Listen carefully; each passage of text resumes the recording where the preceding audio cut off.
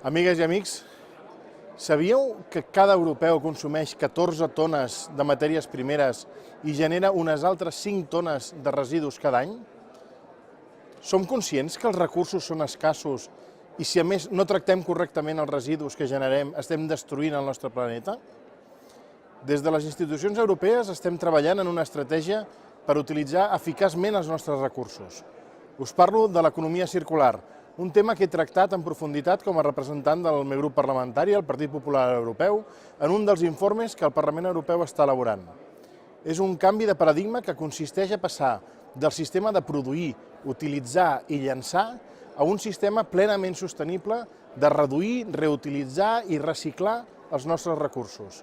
Així convertim un sistema lineal on tot acabava a l'abocador cap a un sistema circular on res es perd, tot es transforma i tot s'aprofita.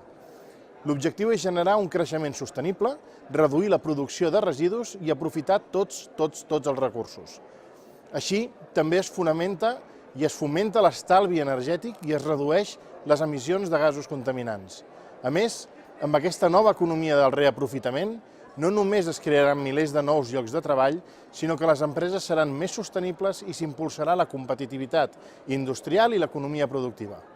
La Unió Europea hi destina més de 6.000 milions d'euros per transformar plenament el funcionament de la nostra economia en aquests propers anys. És un repte de grans dimensions.